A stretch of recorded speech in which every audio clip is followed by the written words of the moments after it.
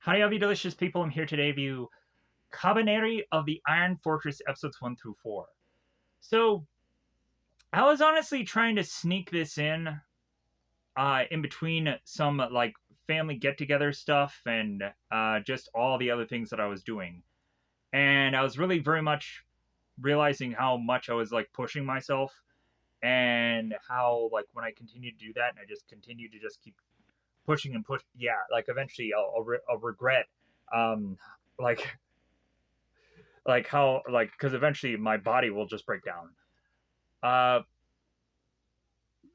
but anyways, I'm to just try to do my best to uh just keep delivering content. But so I go on here to have seen these 4 episodes, and I think we have to write this off as very much a Attack on Titan clone, because I think that's probably what everyone else is probably going to say, because the people who had gone on to make Attack on Titan eventually also made this show. And it does have that kind of feel to it of like you get these gasps of story moments, you get these reveals of these characters, and characters that they very much focus on. Like there is a event that happens to them so early in the show and you're like, wait a minute, this is a character that I think that they're going to focus on the show. How are they going to, oh, okay, all right, interesting. So we would find a zombie apocalypse event that is to be focused on a train station or a train, which that is not exactly a unique idea. You can look at Jason Statham's and Ice Cube's Ghost of Mars or Train to Busan, or even I could go on and compare this to like the Chris Evans Snowpiercer movie that eventually became a show, and also the John Leguizamo's Land of the Dead, which is to be much more of a huge, massive, customizable truck. But if anything, uh, looking at it, like you can make a lot of comparisons with this and that. So, Kabaneri of the Iron Fortress has the outbreak that ends up happening on this town, which forces everyone to make their way to a train to try to evacuate this town, which was heavily walled and barricaded. But eventually, zombies do break through. So that forces these people to then go to this train, and as we see these people, there are some unique things about them. We have characters like Ikome, and I'm not sure if I'm butchering these names or not because I'm not well knowledgeable of their names because I've only gone through 4 episodes and they haven't been pronounced consistently very well. Ikome is to be a character that is to seemingly have his own backstory of the death of his sister, to then push him on to be driven to try to figure out a way to solve this zombie apocalypse crisis, whether it's to invent this weapon of this piercing weapon that will benefit in a mass production to be this thing that is to uh, be this thing that is to help out the common man. But then also Ikome will even go further to in an accidental way of coming up with a cure for becoming a zombie after being bitten, after being infected. And eventually we'll also come into finding that there are hybrid characters within the show, because there always has to be. It seems, man, once they found out that whole hybrid thing, man, was that just like, man, everybody just has to have a hybrid in their show. Every single person, because that's just the cool, more interesting idea, right? So, beyond Ikome, we also have Mume. Mume will come to find is to eventually be a character that has a really incredible amount of combat skill. And here's where the Attack on Titan influence comes. As she starts flying, we just see her just flying in the air, flipping and flopping, and that amount of combat skill very much reminded me of Attack on Titan. I'm like, okay, this is just Attack on Titan, but instead of these huge giant characters, we just have these just zombies, so it's done at a smaller scale. So we come to find that these zombies are unique, though. That instead of them needing to be shot in the head, they have this glowing heart coming from out of their chest, and that is to be the thing that needs to get killed off. We would come to find that people are to be given these devices that are to have this ripcord that ends up like exploding their body to do them in when they need to find out that they are to have been infected and that they need to die shortly thereafter to save humanity. So, and the gruesomeness of seeing that happen countlessly is just like, wow, okay, like this is quite a bit of a show where everybody just starts to turn on people and just say, hey, you're infected now. You just need to just pull the ripcord and die here. So,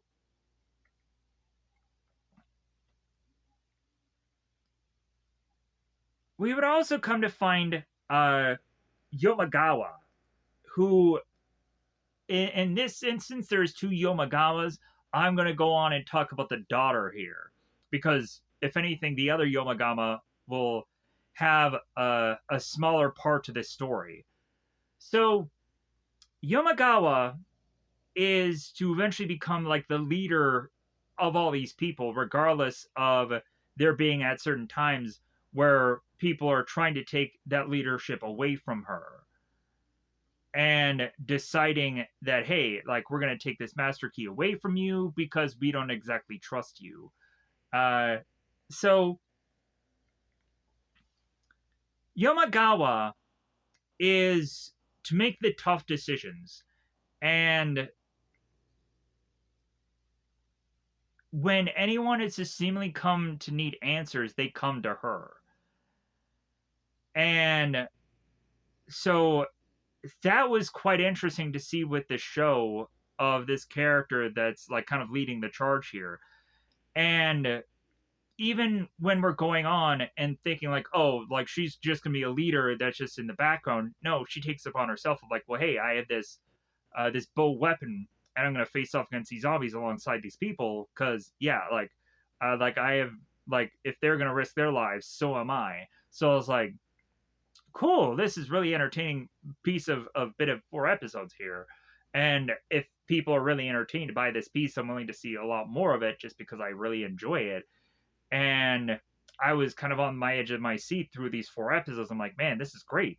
Like I'm really entertained by this. When I was to have gone on and checked out this show, I had realized that yeah, it's available on Tubi, but not the dubbed version. I was kind of upset by that. When I was to look it up, I thought it was in a number of different apps, but surefire enough, there wasn't that case. So I will go on and give you a bootlegish app. If you go on and you check this out on Crunchyroll, do that. But I'm gonna go on and I'm gonna give you an app called Hanime. That's anime with an H. You can hopefully go on and find this app, be able to watch this show for absolutely free, or maybe there might be another bootlegish anime app that might exist out there. There is quite a few of them.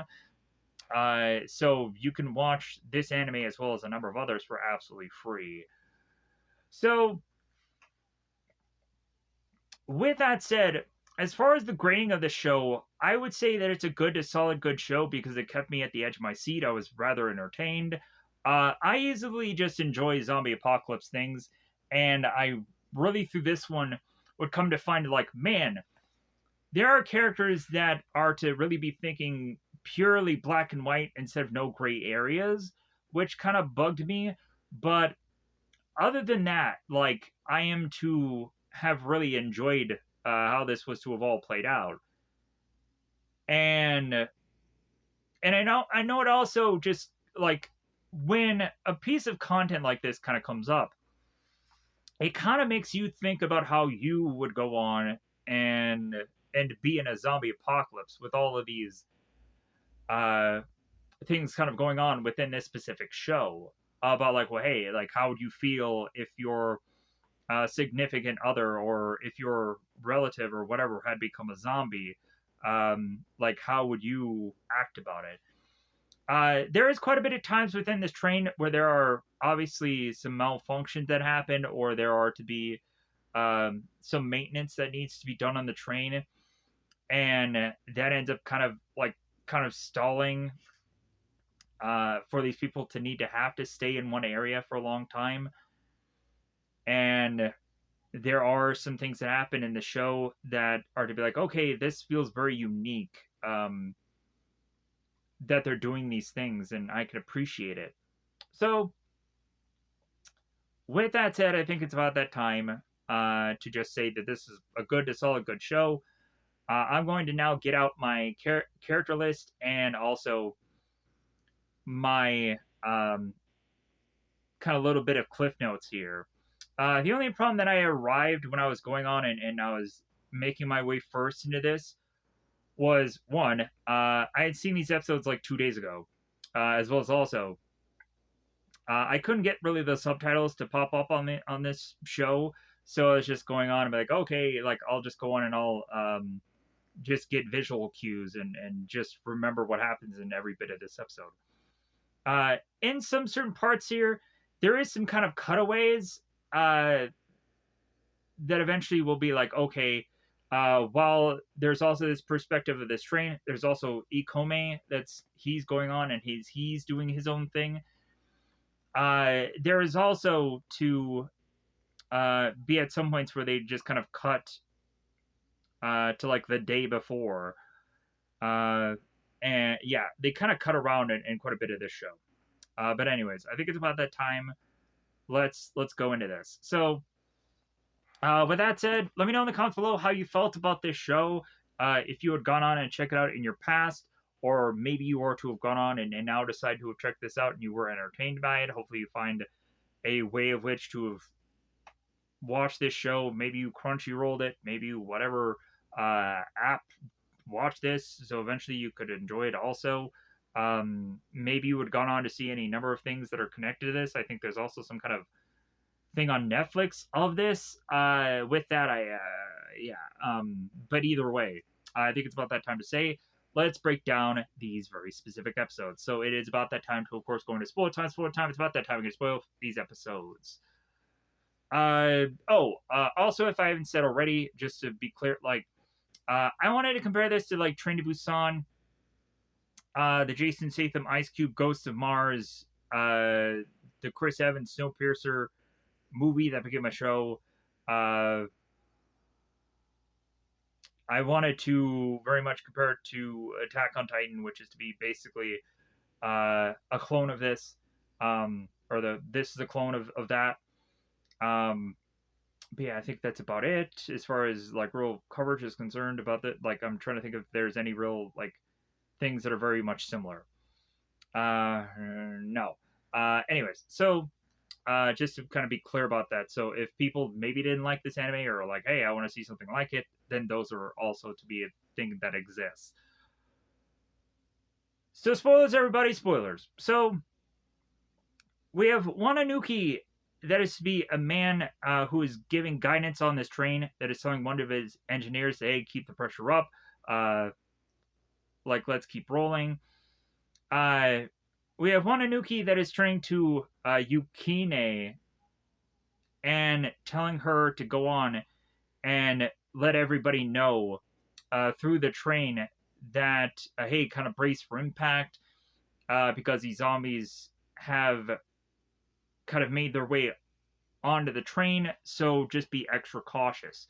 Get your weapons ready and realize that you're going to be facing off the infected fairly soon. So, as the infected make their way onto this train, we come to find it that there's a woman that is to be near one of these very small holes of the train. The zombie goes on and takes a hand to this woman's hair and starts pulling at it. I'm like, all right, like, are we gonna get to see a scalping? That's gross. So as we start to see the infected jump onto this train, we then cut to Ikome, and he's going on to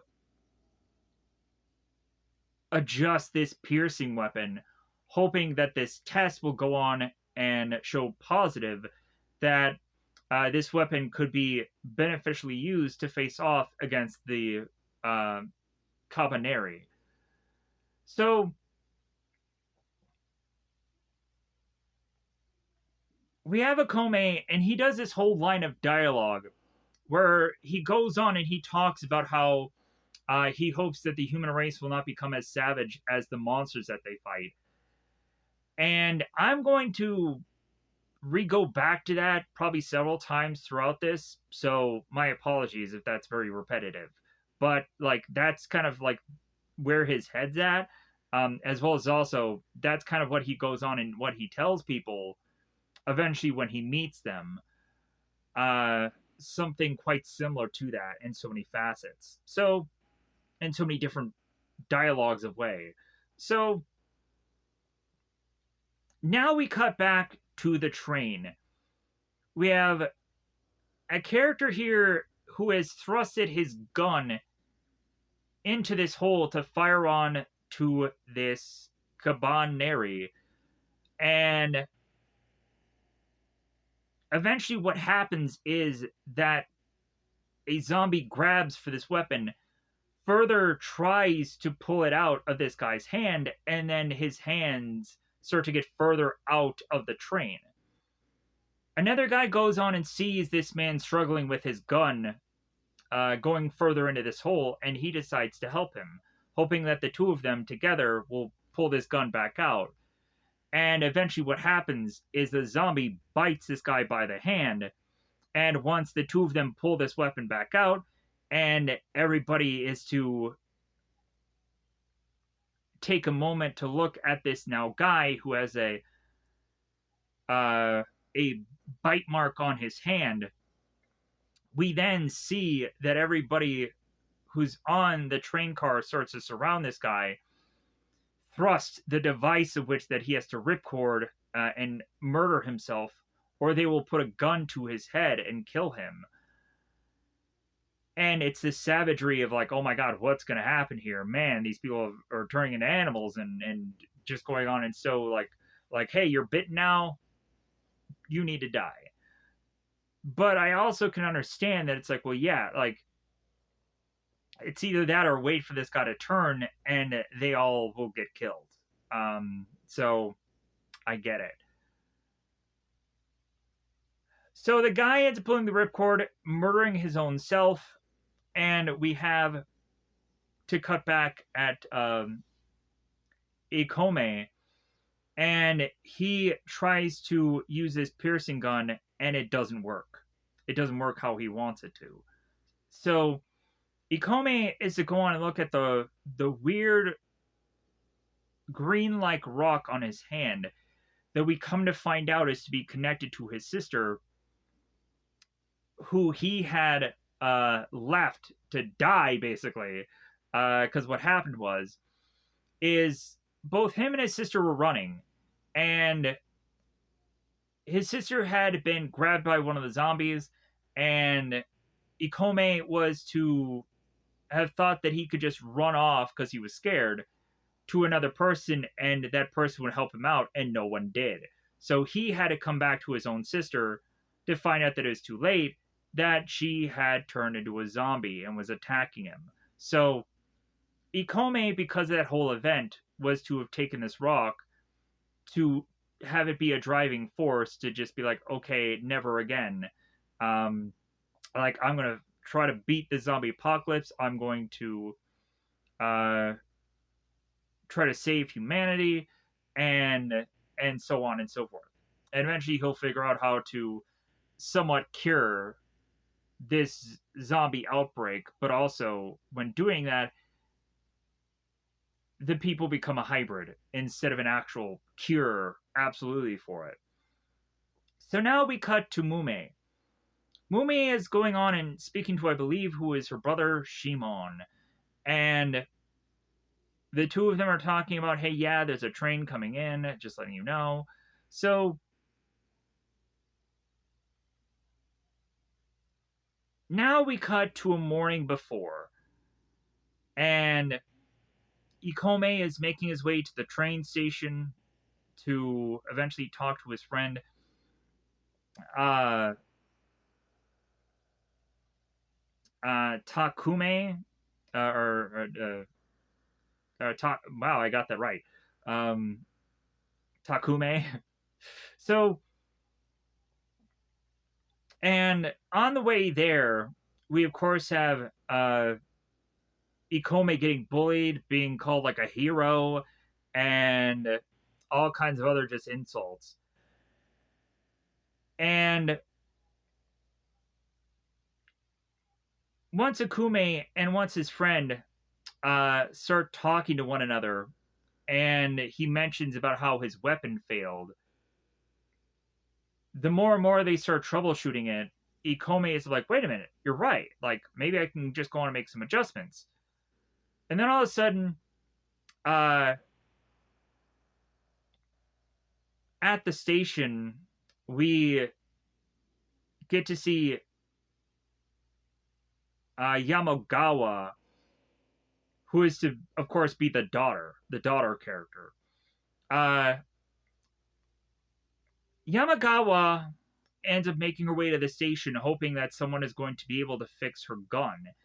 And we come to find out that Ikome is to be the only one that's available with the skill to be able to do something like that. Ikome ends up taking the gun from her and then asks her, "Hey, what are you using this gun for?" And by the time that there is any real answer, all of a sudden there is a man that thrusts his way into the frame, explaining that there's a train coming. So here's where we bring in Yamagawa, the Father Yamagawa, and he is now with his daughter as this train is coming in. So we now have them talk about when a train comes in, the precautions that they need to take. They need to go on and they need to strip down every single soul that's on the train and check to see if they are to be at all infected. They have to like dress them down and look to see if they're bitten or whatever. So they also have to go on and inspect the train because they realize that at some point this train is going to have to keep moving, um, because eventually there's going to be an outbreak that eventually happens, and so on and so forth. So here's where we have Mume that is just playing uh, this little toy device with this ball and this string on it, and one person is to come in and be like, "Hey, what are you doing here?" And the girl ends up doing something with the toy to hit this guy, and then Yamagawa, both father and daughter, are going on to say, "Hey, Mume is a friend of ours. Like, if anything, like, she's with us." So, like, and then Shimon goes on and he introduces himself to Yamagawa, and so they start having a bit of dialogue. So now we cut to one of the men who is just frightened and runs out of the inspection, and there is no real sign that it seems that he's bitten. And eventually, like, this guy goes on and he falls down to the ground, and there's guns surrounding him. It seems that right then and there, everybody is so willing to gun this man down without any question.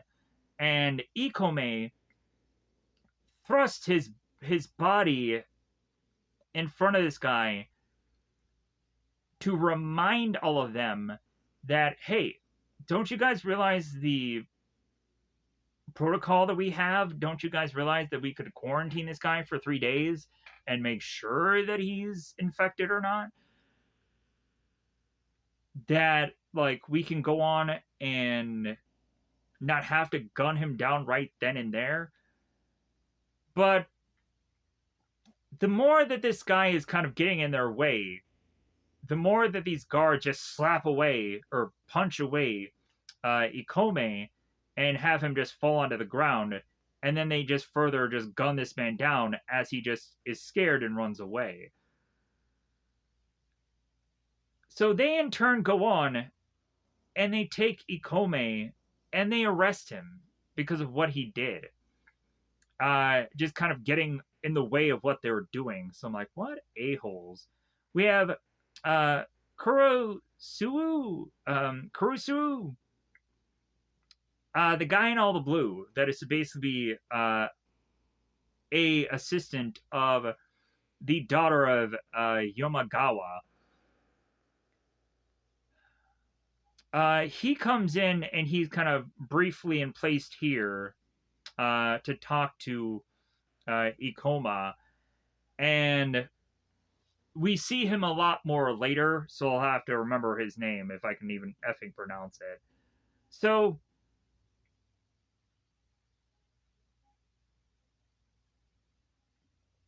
the next thing we cut to is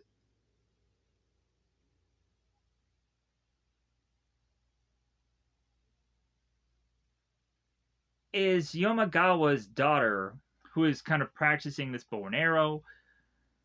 We have Mume that is kind of making her way through this palace, eventually going down these steps to eventually meet up with this prisoner, Ikome, talking to him, asking about, hey, why were you to have gone on? And why did you go on and protect that guy? Like, why did you do what you did there? And Ikome mentions about how, like, hey, we should not go on and we shouldn't be as savages as the monsters we face, blah, blah, blah. Like that whole thing all over again, basically to her. So we now cut to Takami that is with Kajika, and they're talking about what Ikome had did. And there's a number of just people all around him just kind of giving their 2 cents. So we now come to find it that there is another train coming into town. And so now there's this whole bell tower, and there's these people at this bridge going on to find out that this train is coming in. These people at this bridge come to find that this train has a number of zombies within the train, and also the train is not slowing down. So they think that there's something wrong with the train. So as they trying to raise the bridge of this train, it's too late. The train eventually goes flying into the bridge and creates a big hole here that has a number of zombies all start to make their way into the town, creating so much chaos and carnage in their wake. We have the bells that go off that sound around the town, and everybody is to be evacuating, even to the point where Ikome is now left in his cell to rot. To where conveniently enough, Ikome is to figure out how to unlock his own self out of his own cell so he can be freed. And eventually, when Ikome gets out of the cell and survives, everybody's like, hey, mate, hey, wait a minute, weren't you in that cell before? Yeah, he luckily freed himself. So, as everybody in the town starts evacuating, there's a girl that is to be desperately trying to figure out what dolls to keep with her. And there is to be this mother that's trying to, like, just be outside the house, just trying to, like, okay, we need to get out of here. And one of the zombies grab this woman and just eat her, just numb into her, just, just a big old nibble. And I'm like, man, all right, like, wow, this is pretty crazy. So, and we start to just see these Kabaneri that just start biting into people, just giving a much more entertaining carnage of piece of visual here. So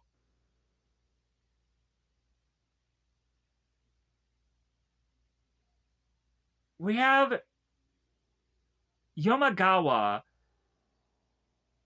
that's talking to her father on horseback, and the father goes on and tells her, "Hey, yeah, wait for my signal, and I'll be back." And yeah, we go on. We come to find that the guy leaves on horseback to protect himself. Basically, is what I felt.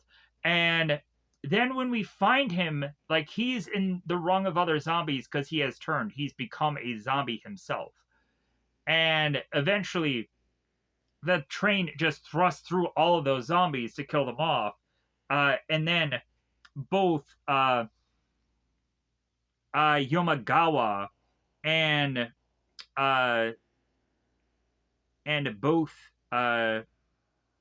Kurusu are to realize that this guy is dead, and they have this moment of like, oh my god, we just saw that guy and he's a zombie now. Oh, like he's dead. So eventually later on, they'll take a time to mourn for their dead as they get a little bit further away from the town in a kind of a safe zone where they can take the time to have a funeral and a like a Vikings funeral where they're kind of having this bit of log of fire to kind of mourn their dead. But eventually, I think that just attracts the zombies freaking anyways. So, cut back to what's going on in this episode here. So, Ikome goes on and thrusts his way to his home because he knows he has a weapon that he can adjust to, hopefully this time around, kill the zombies. So, Ikome realizes that the zombies are attracted by blood, so he just cuts his wrists, which I'm like, that is just insane. Like, this guy is going to bleed out and die. But so, Ikome cuts his wrist and goes into his home, hoping that the zombies will be lured to him. So, everybody is evacuating into the train, and we have these guards with these guns that are going on and telling these people, hey, don't go on and don't come to the train just yet. We have to quarantine you. We have to see if you're all bitten. And the guy's like, are you serious? Like, can't you see the outbreak that is happening in this town? Like, we have no time. Like, let's get into the train. Like, come on, let's go. And so there's like a fight between these people. So we now have Ikome that realizes that a zombie is coming into his house. Is like, okay, good. So Ikome is just waiting for his piercing weapon, and he's waiting for this thing to come. So as a zombie does thrust his way into this house, Ikome does gun it down, and he's like, yeah, like, so this weapon does work. All right, yeah. Like, it either would have been that or the guy would have died. So luckily it did work. But then all of a sudden he finds in his arm this big huge chunk coming out of it, and his arm is starting to turn purple and red and have this lava-like look to his arm and some capacities of these veins. So now we cut to Mume. Mume is to be informed by her brother, or Shimon, not only what's going on, but also informing her that he had gotten infected, that he shows his wound. And so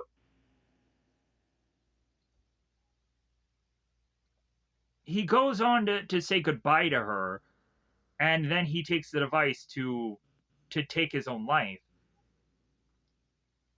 And Mume is to be the only kind of force within this town that is going to go on and try to mow down all of these zombies. And it becomes a pretty incredible, just, man, she's going through all of these zombies and taking them all out.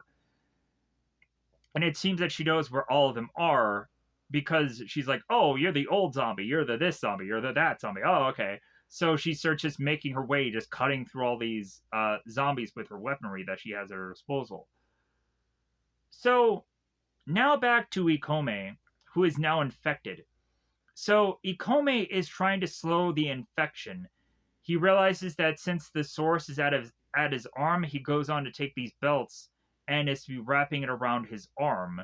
Then, further, as the infection starts to consume his body, Ikome goes on to tie this strap around his neck, hoping that that will cut off the circulation or cut off the infection from the rest of his body to his brain, because that will fully turn him into this zombie.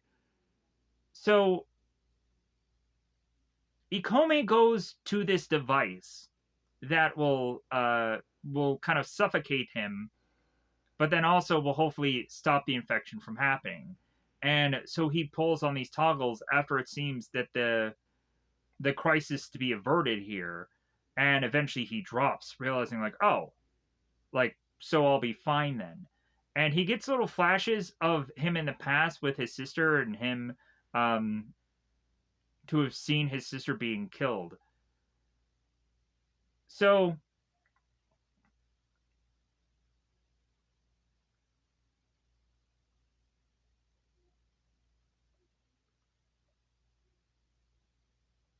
we now have uh, uh, Takime, who comes in to uh, Ikome's home and kind of like, hey man, what are you doing here? Like, shouldn't you be evacuating like everyone else? Um, Takime is to have like a quite a bit of armor around his body, and it's like, hey man, like what's going on? What are you doing? So the two of them make a break for it, and so we see a large amount of people that are all evacuating. We also see Mume, and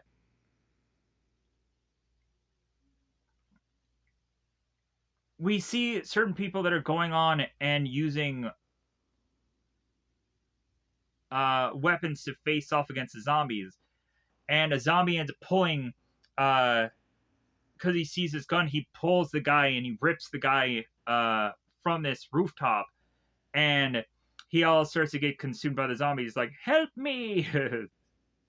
It's like, dude, we're gonna do nothing to help you. Like, I'm sorry, you're gonna die. So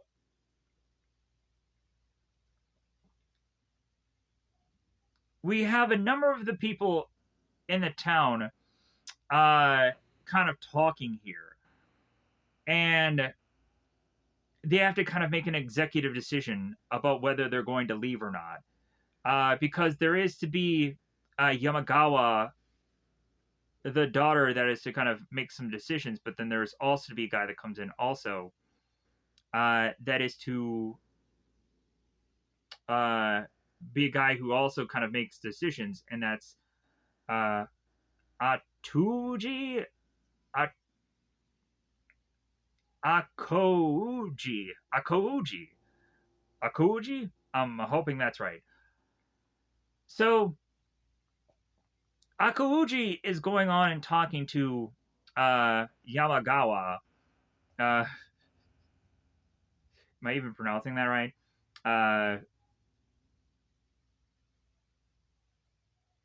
Yamagawa. Yeah. So, eventually, Mume is to also just kind of interrupt this bit of talking. And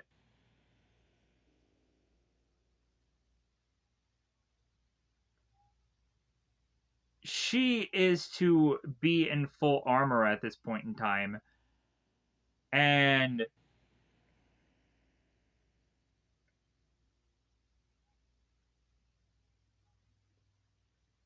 and one person ends up kind of hitting her back.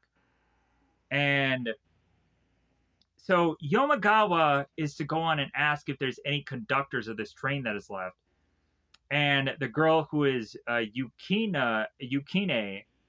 the girl that we had seen before in the train, having to voice to the people on the train that, hey, yeah, these zombies are here, so kind of brace for impact. And she ends up waving her hand to say, hey, I'm a conductor. Hey, I'm willing to work on this, or I'm willing to conduct this train. So while these people are evacuating and they're making this tough decision, we have Mume that is going through and slicing through all these huge, massive number of zombies. So we have at points where this girl is trying to be very inventive instead of just using these guns. Sometimes she's thrusting these swords through these bodies. She's taking these spears and thrusting them through the zombies' bodies. These metal spears. And here's where we get, oh, the old man zombie. All right, pow. So Yamagawa sees Kurisu, and they get back. They get on this horse together, and they try to get the heck out of there. So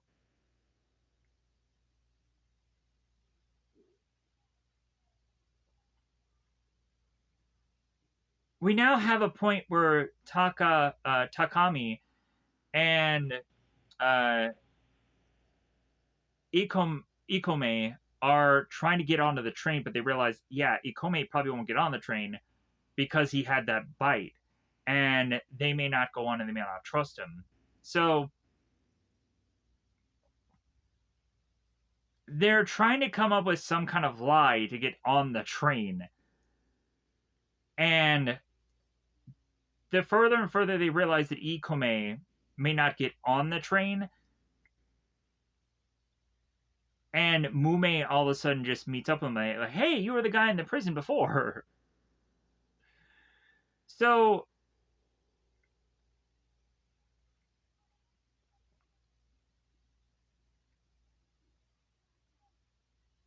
so we go on and we get everybody on the train. And we come to find that Mume ends up passing out because she is to only be able to use her power for a certain amount of time and then she gets exhausted. So the train starts to leave without Ikome on it.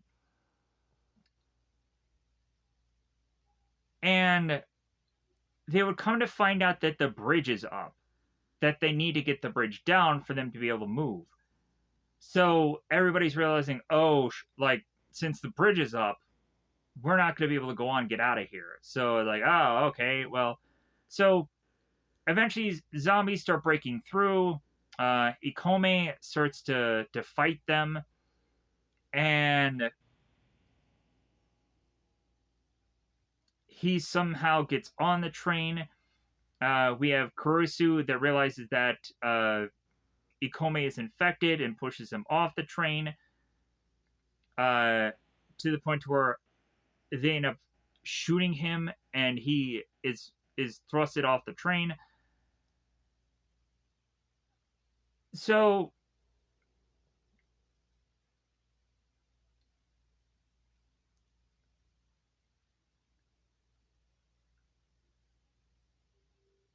Kurusu and Yomagawa, here's where they find out that Yomagawa's father is to become zombified. And they have to just barrel through him. And they take this moment to just be just so like upset about how he had become this zombie. So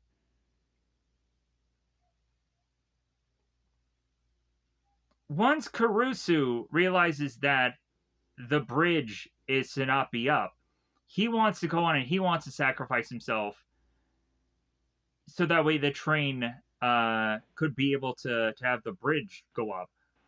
But then all of a sudden, we see uh, Ikome, and he's making his way to the device to lower the bridge.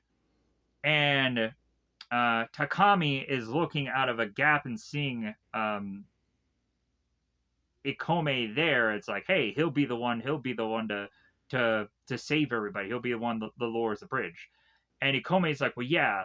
If anything, even if I'm a monster or even if I die here, like at least I'll go on and I'll help these people. And like that's the one thing of what he could say that at least he did before he dies. So he hits the lever, the bridge goes down, and as the bridge keeps going, we have Takami that throws out this bit of rope that has this thing that can latch on to Ikome to kind of save him here. And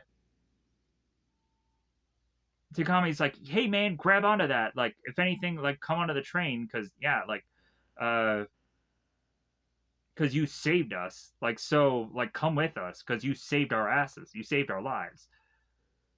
So there's people around Takome that's like, "No, no, no. Hey man, he's still a zombie. He'll be you'll kill us all." And Mume, she's the one that decides to get to Ikome and latch this rope connecting thing onto him and says, "Yeah, you're gonna come with us," because she knows that he's a hybrid, and she knows better because she's a hybrid herself. So Ikome gets onto the train, and here's where Karusu comes to meet with Ikome. It's like, "Hey, why are you still on this train?" Like, and kind of has his gun drawn. Like, "Didn't I shoot you before?"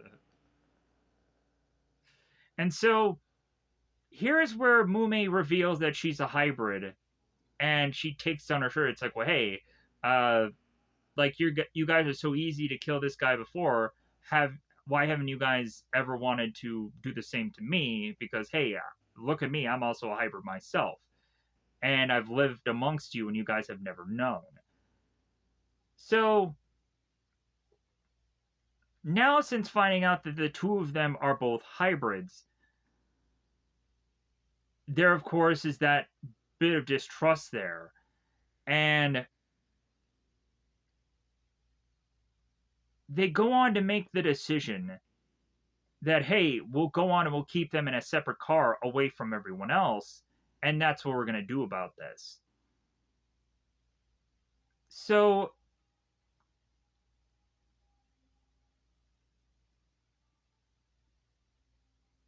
while the train is going on here in episode 2, an offspring of prayer, while the train is going on, all the mechanics and all the engineers are going on and fixing the train as it's moving. They're tying themselves to ropes and trying to fix the train. We have one of the characters who is to be Kajaki here, or Kajika, that is going through the train and giving people food. And there is at one point where Kajiki finds this pregnant woman and says, "Hey, here's 2 things of food." And the woman's like, "Well, hey, why are you giving me 2 things of food?" And it's like, "Well, hey, because you're pregnant and you're eating for 2. So here you go. Here's 2 things of food for you." Just being very nice there. But we'll come to find out that the pregnant woman ends up becoming infected and she ends up getting killed. Because, yeah, zombie. She turns into one, sadly enough. So,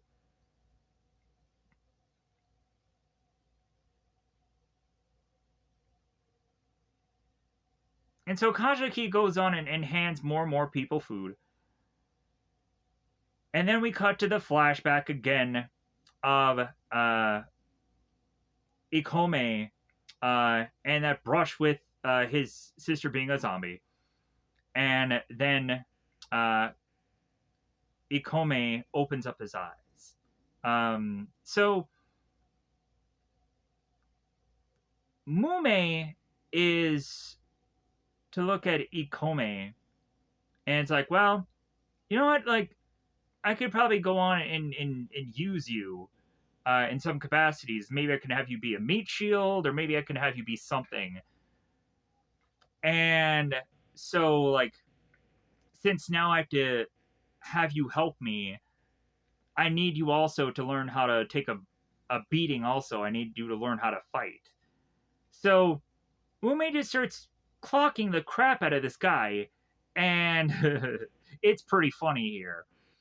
Because eventually he has to learn how to fight and he has to learn how to react. And eventually, when Ikami goes into the fight, he takes some of the stuff that he had this girl teach him and he reiterates it into the fight where he's going on and looking at this zombie. It's like, well, yeah, like you don't react very well and this and that. So now we cut to Yamagawa, who is speaking to that leader that I had mentioned before, of which his name is to escape me now. Akayuji from memory. Akoyuji.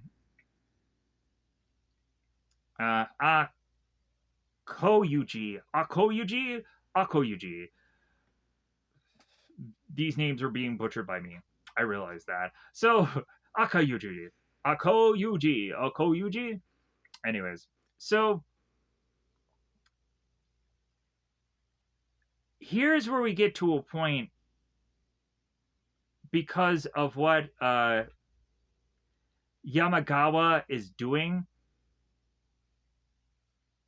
They can't exactly trust her right now, and so because trust is to be lost by her, they want to take away eventually her master key, and so she gives it up to them.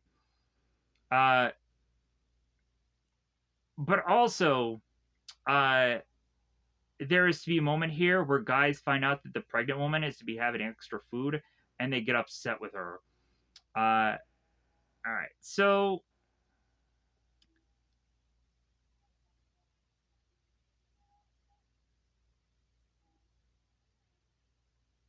right, so we have one of the engineers who it seems will actually have a legitimate name in the show, and we should actually care about him.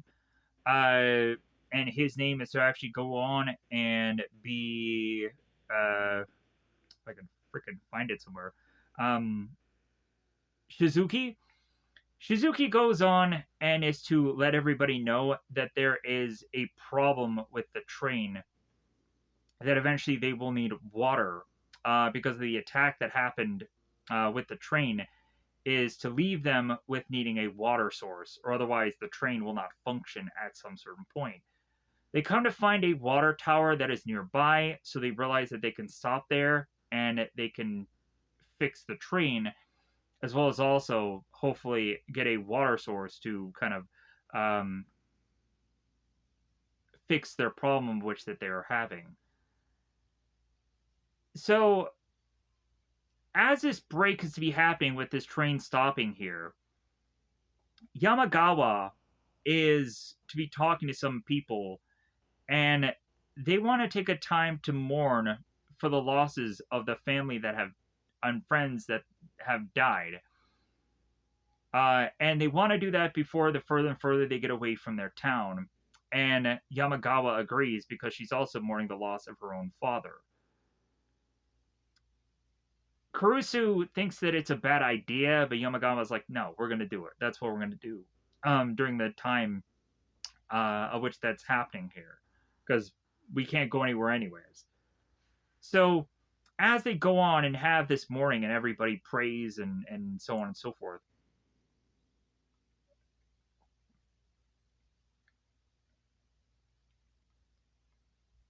we would come to find that Mume is asking Ikome about the rock that he has on his hand. And why is it that he is to have it on him? Because it just doesn't make any sense for how he has this rock. So here's where Ikome explains the whole story of him and his sister we're at this lake or this part of land or this part of land by the water, and they were looking through rocks and they found these very specific interesting looking rocks, and then we cut to when their town had turned into chaos and they were evacuating. Eventually the zombie appeared from right behind his sister and attacked her. Ikome went on and ran after to find people, and no one came to help him. So he returned back to his sister to then go on and want to do her in. He had that device that you could ripcord it and murder her. And by the time he tried to do that, all of a sudden his sister had turned into a zombie, and he had to try to go on and try to avoid her.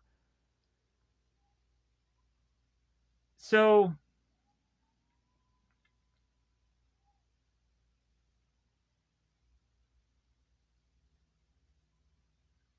now we have a number of people that are to all go on and be upset that they have these hybrids here on the train. And there are people that are to go on and start to get their pitchforks and their knives ready and swords to kill these hybrids. And as eventually those people start to arrive, Mume is to be thrust in the middle of them, like, okay, hey, you guys want me dead?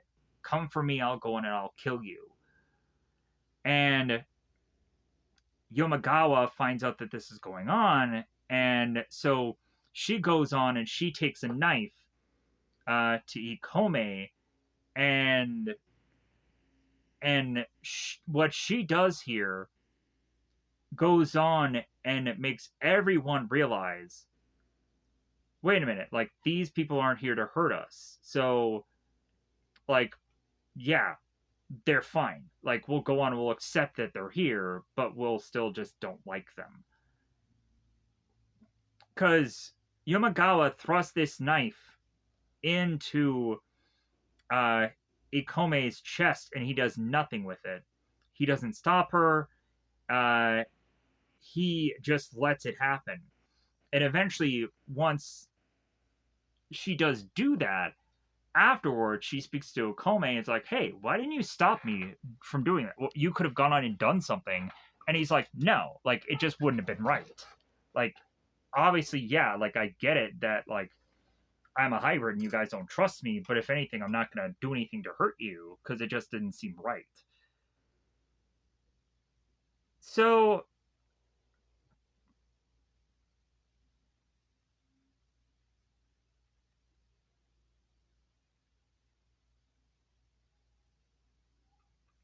we have at one point where Mume is to be playing around with kids, and Kajaki kind of goes with the kids also and just have a little bit of fun. I think one of the babies is really fussy, and they're trying to figure it out. So Mume is to start to ask certain people politely if like she can borrow blood for them because eventually she'll need it. And we also have Ikome that is to start to turn almost full zombie.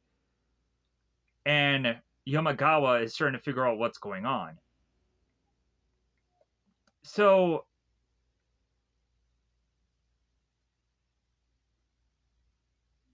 Mume is kind of to tease about the whole blood thing and be funny about it. But then eventually Mume is to also get a big whiff of something that she knows is like, you know what, there's to really be a zombie around and I feel like someone's infected. And eventually they do figure out that the pregnant woman is infected, and Mume puts knives into her and kills her. And Kajaki is like, oh my god, you just killed that pregnant woman. And it's like, well, no, she was infected. She had to die.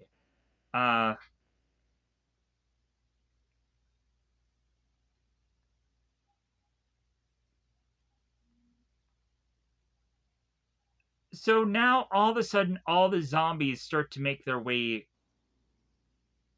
close to the train. We have Kimiko that is to thrust himself on top of Yomagawa. And all of a sudden, Kurusu comes into the car and hits Ikome in the head so hard that it kind of jogs him back to normalcy. And he's like, what the heck did I just do? Did I just become a zombie? What happened here? What's going on? So Mumi comes in and is to kind of explain what's going on, getting everybody back into the train in a rush to evacuate here.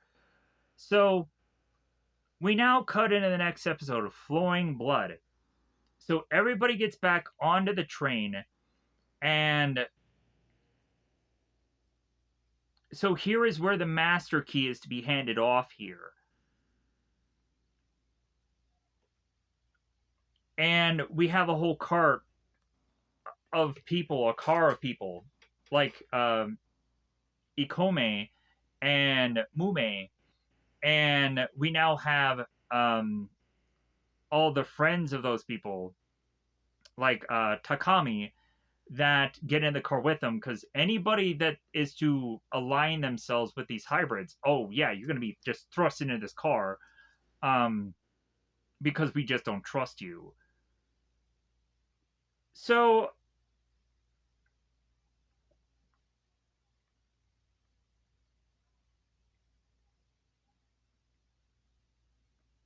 here's where we come to find that the men who had finally gotten or obtained the master key, they're firing into that last car, and they're also going on to take the master key and separating the cars of the train. And that is to have been led by the guy whose name is really severely hard to pronounce.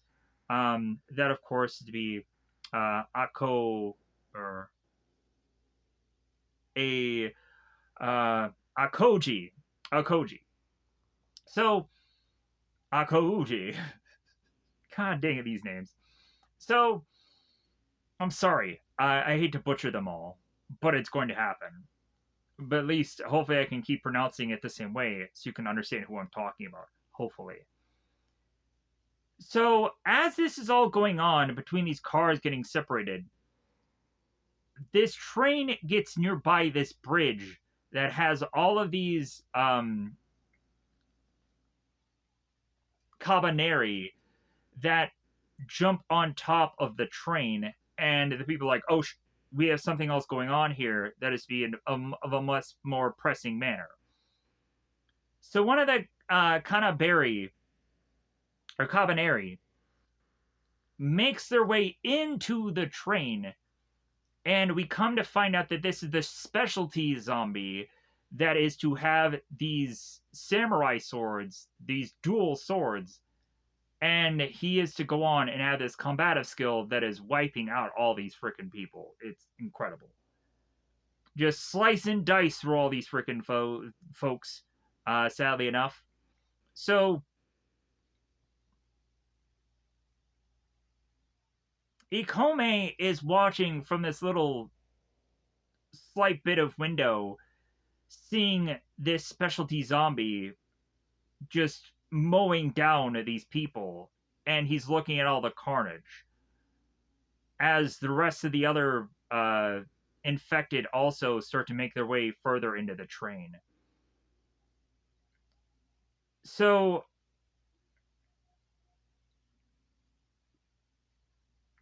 we have a number of people that have all made it to the conductor car, and we now have Karusu, who's going on and asking Yomagawa like what they should do next. And Yomagawa's like, well, hey, we're all going to go out there, or we're all going to fight. Even I'm going to. I'm going to take my bow, and we're going to go all out there, and we're going to just try to survive here, because every person should really be like on man here to face off against this threat. We also kind of find that there's a lot of people that are trying to put up barriers and shields to try to brace the zombies from getting further into the train, which is kind of smart. So Ikome is like, well, hey, like, I'm going to fight too. Like, I'm going to help all these people. Like, I don't care what they think of me. I'm going to help them out. So we start to see these men with these shields that are bracing the zombies as there's Kurusu and his second command.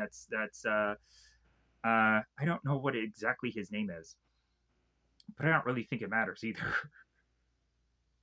uh, Kiboto, uh, Kibito. I'm hoping I'm pronouncing that right. Kibito. He's the guy with the pinkish looking headwear that's on his head, like the pinkish purplish uh headwear that he has like all around his face there.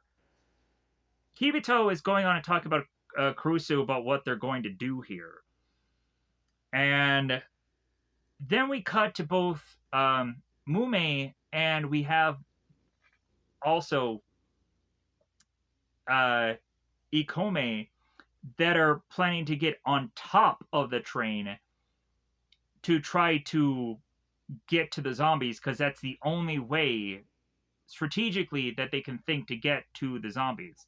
The only problem with that is they start to realize that since they're such far back in the train, that they need to start worrying about things like tunnels. And so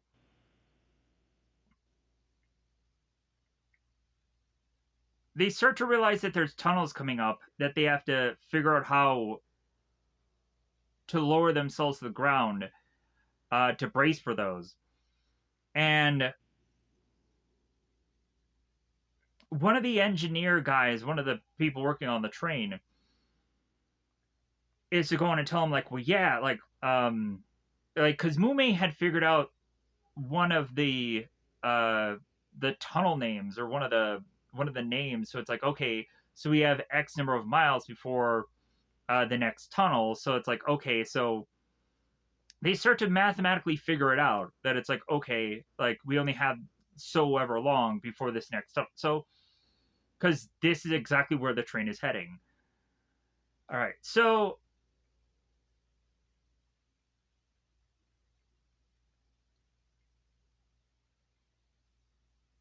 one of the guards goes on to eventually whip out his samurai sword and starts facing off against these zombies, and he ends up getting bitten. He takes his device and thrusts it into his chest, and he gets killed. And there ends up being a big, huge, gaping hole within the train. And so Kurusu, he ends up taking out his own samurai sword and is like, okay, well, I'm going to be the one that is going to try to slice down as many of these zombies as I can. So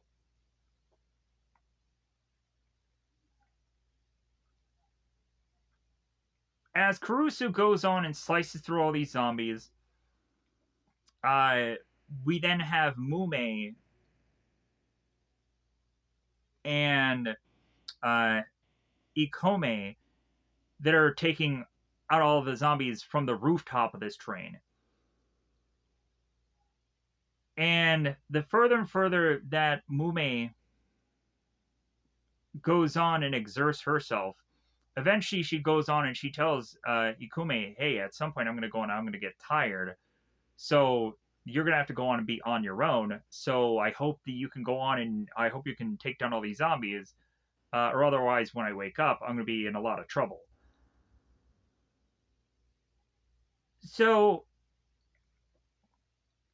we have Kurusu that finally goes head to head with the specialty zombie, the zombie that has the combative skill.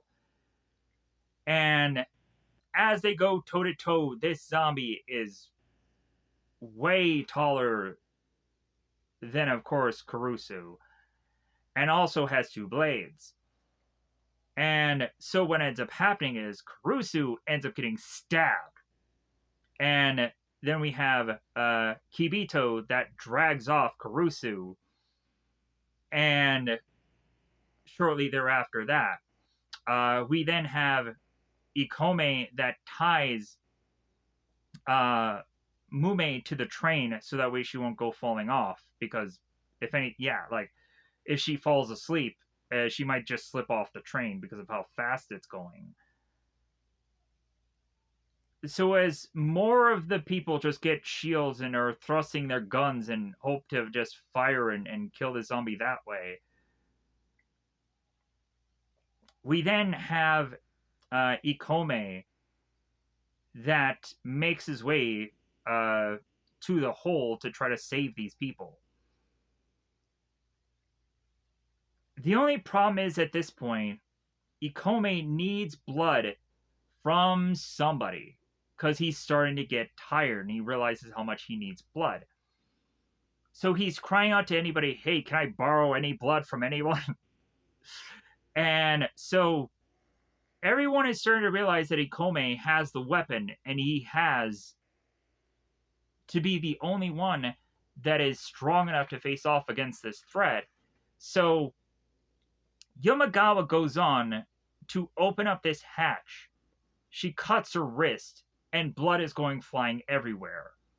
Yamagawa is to say to Ikome, hey, considering this a contract between you and me, that if I give you my blood, that you will go on and you will save us. So Ikome goes on and drinks the blood from off of her hand, and then goes on and faces off against this zombie, this specialty zombie, this double-bladed zombie. So as the rest of Ikame's friends all start to make their way through the train to try to get to the rest of the people from the back of the car by lowering themselves down enough to get through the train. So Ikome does go on.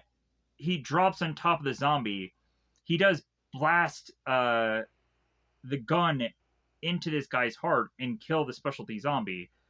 And everyone is like, huzzah, he did it. And then the next thing they go on and they realize when Ikoyuji gives back the master key back to Yamagawa is that these hybrids will go on and eventually need more blood at some point. And Yamagawa is willing to sacrifice herself to give these hybrids more blood. And Kurusu's like, hey, you're going to die if you do that. So everybody's like, well, hey, will anybody volunteer to give more blood? And people's hands start raising, like, hey, I'll do it, because F it, like, if we're gonna survive, then I'll give myself some blood, like, if it means that that we're gonna survive. Like, the more and more hands start getting raised, it's like, okay, so we're willing to have these hybrids like help us, and we'll give them blood. So like, this is again a partnership, this is a contract between us all. So we find that like now everybody is on this train and they're just looking out on it as if like it's like Leonardo DiCaprio and Kate Winslet and Titanic, like, hey, king of the world, and like they're going on and they're just looking out on the train on the outskirts of it, and they're just having the wind gusts in their face and what have you, just realizing that they have lived another day. And that's what just kind of ends this episode. So with that said, I'm going to get the heck out of here. An hour and 13 minutes, even though an hour is way too long for a lot of people. Whatever, at least I'm going to get this uploaded. It's going to be a thing that I did today, so that's nice. This one didn't have a hefty amount of details, because again, I saw this 2 days ago. There wasn't much for me to remember about this, because if anything, I'm just kind of like, okay, what exactly happens throughout this whole thing? It's very hard to go on and not have to need cliff notes for this one specifically, because there's so much going on, as well as also it's cutting back to a number of different things. So like my memory has to just kind of try to be the best it possibly can. When it comes down to all the pieces that I have to go on and just kind of figure out how to write in my head of how to perfectly time all these all. I kind of really did get quite early on certain things. So like if it doesn't exactly word for word happen exactly how I say, like there's just some things where I'm just like, okay, here's how I'm just gonna storyboard this in my brain. because I know what comes down eventually somewhere down the road because I'd gone out to see these episodes. But either way, thank you for going on and watching whatever this really was. Hopefully you'll go on and find this show and enjoy it. I did. Or eventually you'll just find this as at least a piece of content that I uploaded, and so hopefully I can keep doing that. So thank you for watching this. I'm gonna get that out of here, and then I can kind of rest a bit uh, and hopefully try to go on and just focus on that. Rest out for whenever I'm going to go on and cover the next bit of content on this thing. I hope everything else will go on and be like I had already done on that thing of like what all I was going to watch is what all I was going to watch. Uh, there is some pieces there that are to kind of be just optional, but like Devil May Cry from 2025, I think is getting into its second season, so I'm kind of tempted to watch that show. But also, I'm kind of thinking that Devil May Cry 2025, the animated series, may go on and may be a thing that I'm just kind of maybe not thinking about doing. I don't know. Like, it's kind of iffy right now.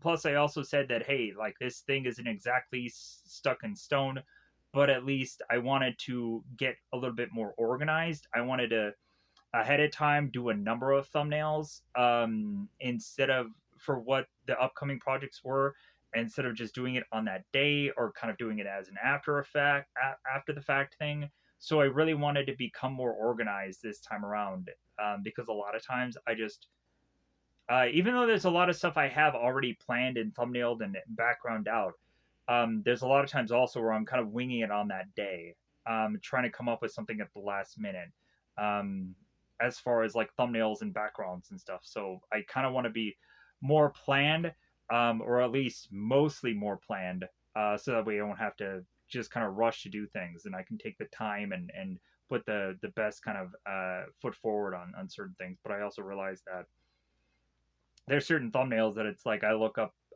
it afterwards. I'm like, yeah, that was probably a stupid decision to make that as a thumbnail.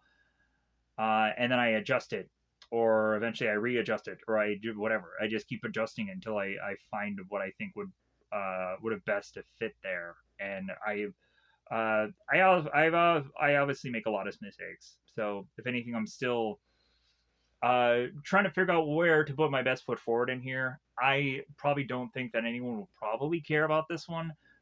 This one will probably just pass a number of people by, and also may go on and just irritate people because it's like, really, you're gonna just throw this up, and that's understandable. Because like there was like the Dan to Dan thing that no one cared about, and I was like, man, that actually was a fun show. Uh, but hey, like that's fine. Because I could find out like, okay, uh, no one really cares about that. I can just move on and just at least do that as an upload for that day. And at least I saw something fun. So if you guys have never seen Dan to Dan, check that content out. You don't have to watch my review. Just go on and actually just enjoy that show for what it is. So with that said, I'm gonna get that out of here. Bye everybody. Bye everybody. Surprisingly short. I think this is to be kind of like how in the early goings of this review where I would just go on and just have like a 45-minute review of certain things, or like an hour long or 30-minute long thing. Or I'd try to get like around an hour, because I knew that a lot of people wouldn't care. So I think that's what I was trying to do in a lot of my early reviews. Um, Plus there's a lot of times where there was just certain things where I'm like, okay, like I think people have probably heard of this project before, so why do I have to go in depth about it? Um, or there was just a lot of stuff where it's like, really have to go in and spend so much time on like on uh on a movie that probably has to be profound, that everyone is like, why do I have to give my exact opinion upon this, because everybody knows how good it is, but I'm going to talk about it anyways. But anyways, thank you for watching this. Goodbye everybody. Bye everybody.